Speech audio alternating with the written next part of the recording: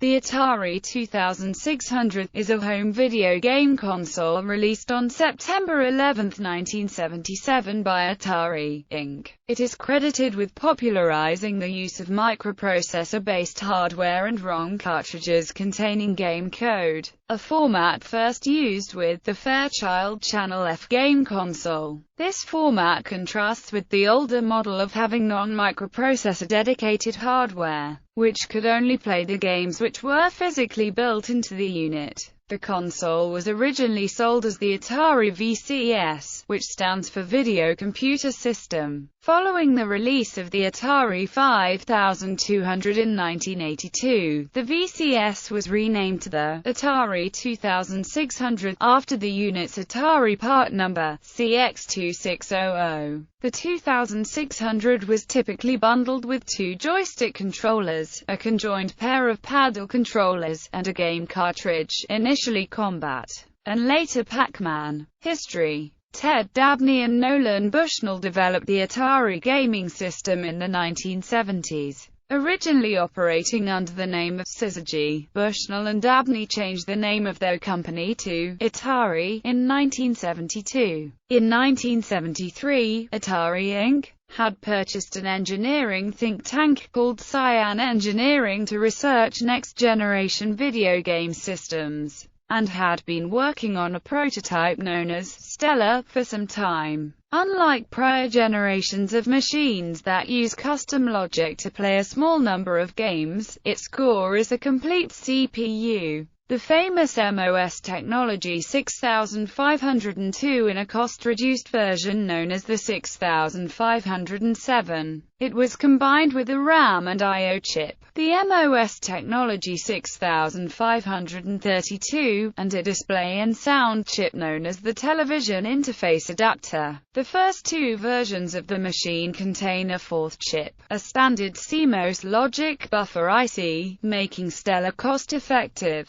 Some later versions of the console eliminated the buffer chip. Programs for small computers of the time are generally stored on cassette tapes, floppy disks, or paper tape. By the early 1970s, Hewlett-Packard manufactured desktop computers costing thousands of dollars such as the HP 9830, which packaged read-only memory into removable cartridges to add special programming features, and these were being considered for use in games. At first, the design was not going to be cartridge-based, but after seeing the fake cartridge system on another machine, they realized they could place the games on cartridges essentially for the price of the connector and packaging. In 1976, Fairchild Semiconductor released their own CPU-based system, the Video Entertainment System. Stella was still not ready for production, but it was clear that it needed to be before there were a number of Me Too products filling up the market,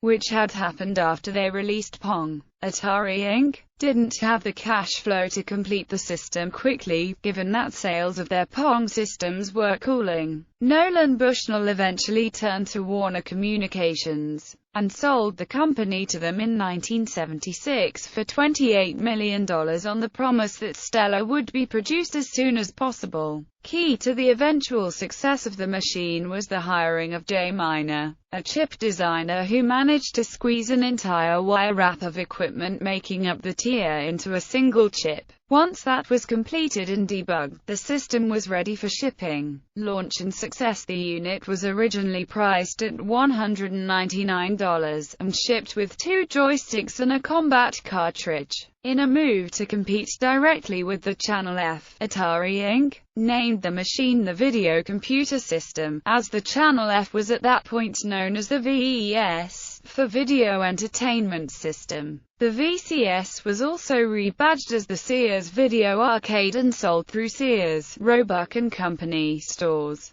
Another breakthrough for gaming systems was Atari's invention of a computer-controlled opponent, rather than the usual two-player or asymmetric challenges of the past. When Fairchild learned of Atari Inc.'s naming, they quickly changed the name of their system to become the Channel F. However, both systems were now in the midst of a vicious round of price cutting. Pong clones that had been made obsolete by these newer and more powerful machines were sold off to discounters for ever lower prices. Soon many of the clone companies were out of business, and both Fairchild and Atari Inc. were selling to a public that was completely burnt out on Pong. In 1977, Atari Inc. sold 250,000 video computer systems. For the first year of production, the video computer system was manufactured in Sunnyvale, California. The consoles manufactured there had thick plastic molding around the sides and bottom. These added weight to the console, and because all 6 switches were on the front, these consoles were nicknamed Heavy Sixes. After this first year, production moved to Hong Kong, and the consoles manufactured there had thinner plastic molding. In 1978, only 550,000 units from a production run of 800,000 were sold, requiring further financial support from Warner to cover losses. This led directly to the disagreements that caused Atari Inc. founder Nolan Bushnell to leave the company in 1978. Despite Bushnell's retirement in 1978, Warren Robinette's invention of the first graphical adventure game, Adventure, was developed the same year and changed the fundamentals of gaming as it unlocked the game with a virtual space bigger than the screen. Once the public realized it was possible to play video games other than Pong, and programmers learned how to push its hardware's capabilities, the VCS gained popularity. By this point, Fairchild had given up, thinking video games were a passing fad, thereby handing the entire quickly growing market to Atari Inc. By 1979, the VCS was the best-selling Christmas gift, due to its exclusive content, and 1 million units were sold that year. Atari Inc. then licensed the smash arcade hit Space Invaders by Taito, which greatly increased the unit's popularity when it was released in January 1980, doubling sales to over 2 million units. The VCS and its cartridges were the main factor behind Atari Inc. grossing more than $2 billion in 1980. Sales then doubled again for the next 2 years. By 1982, the console had sold 10 million units, while its best-selling game Pac-Man sold 7 million copies. The console also sold 450,000 units in West Germany by 1984. By 1982, the 2600 console cost Atari about $40 to make and was sold for an average of $125. The company spent $4.50 to $6 to manufacture each cartridge and $1 to $2 for advertising, and sold it for $18.95 wholesale. In 1980, the VCS was given a minor revision in which the left and right difficulty switches were moved to the back of the console, leaving 4 switches on the front. Other than this, these 4-switch consoles looked nearly identical to the earlier 6-switch models. In 1982, another version of the 4-switch console was released without wood grain. They were nicknamed Darth Vader consoles due to their all-black appearance. These were also the first consoles to be officially called Atari 2600, as the Atari 5200 was released the same year. During this period, Atari Inc. expanded the 2600 family with 2 other compatible consoles. Despite the faux wood panels and what would now appear to be primitive graphics, the game console became widely popular for the time. Later, however, they designed the Atari 2700, a wireless version of the console that was never released because of a design flaw. The company also built a sleeker version of the machine dubbed the Atari 2800 to sell directly to the Japanese market in early 1983. But it suffered from competition with the newly released Nintendo Famicom. In a survey mentioned by Jeff Rovin, it is reported that more stores reported breakdowns of the Atari 2600 system than any other, and that Atari repair centers seemed to have the most trouble with consoles manufactured in 1980. In one case, it is stated that a system was repaired 5 times before static electricity from a carpet was discovered as having caused the problem. The controllers were also a source of breakage because of the way they could be gripped by a player holding it with their fist,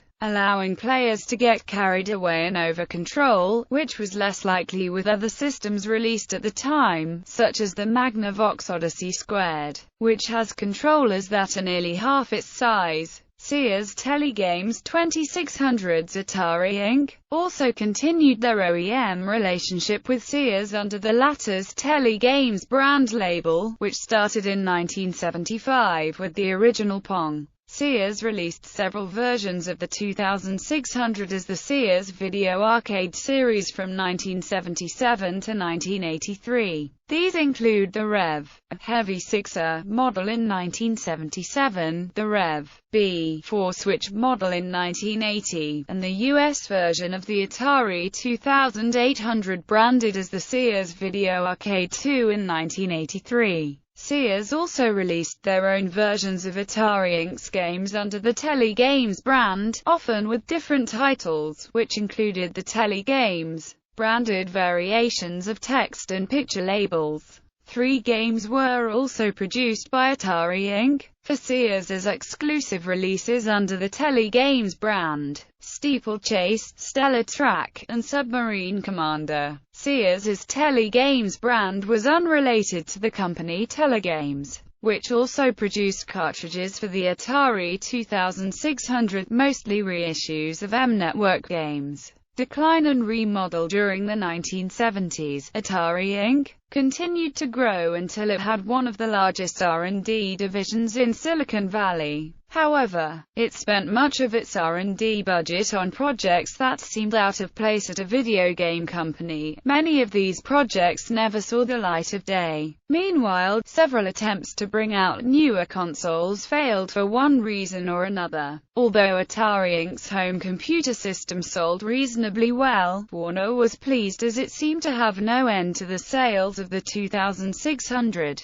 and Atari Inc. was responsible for over half of the company's income. The programmers of many of Atari Inc.'s biggest hits grew disgruntled with the company for not crediting game developers, and many left the company and formed their own independent software companies. The most prominent and longest-lasting of these third-party developers was Activision, founded in 1980. Whose titles quickly became more popular than those of Atari Inc. itself. Atari Inc. attempted to block third-party development for the 2600 in court but failed, and soon other publishers, such as Imagic and Coleco, entered the market. Atari Inc. suffered from an image problem when a company named Mystique produced a number of pornographic games for the 2600. The most notorious of these, Custer's Revenge, was protested by women's and Native American groups because it depicted General George Armstrong Custer raping a bound Native American woman. Atari Inc. sued Mystique in court over the release of the game. Atari Inc. continued to acquire licenses for the 2600, the most prominent of which included Pac-Man and E.T. Public disappointment with these two titles and the market saturation of poor third-party titles are cited as major contributors to the video game crash of 1983. Suddenly, Atari Inc.'s growth meant it was losing massive amounts of money during the crash, at one point about $10,000 a day. Warner quickly grew tired of supporting Atari Inc. and started looking for buyers in 1984. By mid-1984, most software development for the 2600 had stopped except by Atari and Activision, with third-party developers emphasizing ColecoVision games. Although not formally discontinued,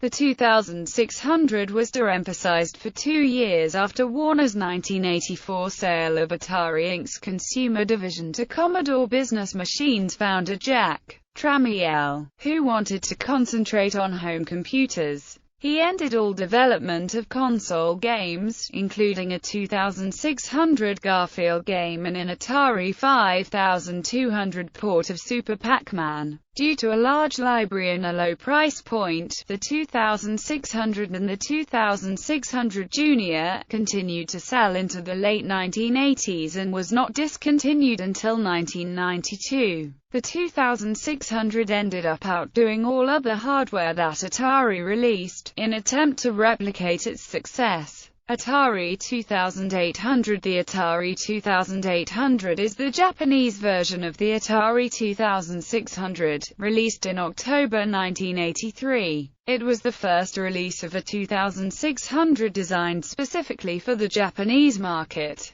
Despite companies like Epoch distributing the 2600 in Japan previously. In fact, Atari's name was inspired by the Japanese game Go. The 2800 never captured a large market in Japan. It was released a short time after Nintendo's Family Computer, which became the dominant console in the Japanese video game market of the time. Codenamed Cindy, and designed by Atari engineer Joe Tilley. The Atari 2800 had 4 controller ports instead of the standard 2 on the Atari 2600s. The controllers are an all-in-one design using a combination of an 8-direction digital joystick and a 270-degree paddle, designed by John Amber. The 2800's case design departed from the standard 2600 format, using a wedge shape with non-protruding switches. Around 30 specially branded games were released for the 2800.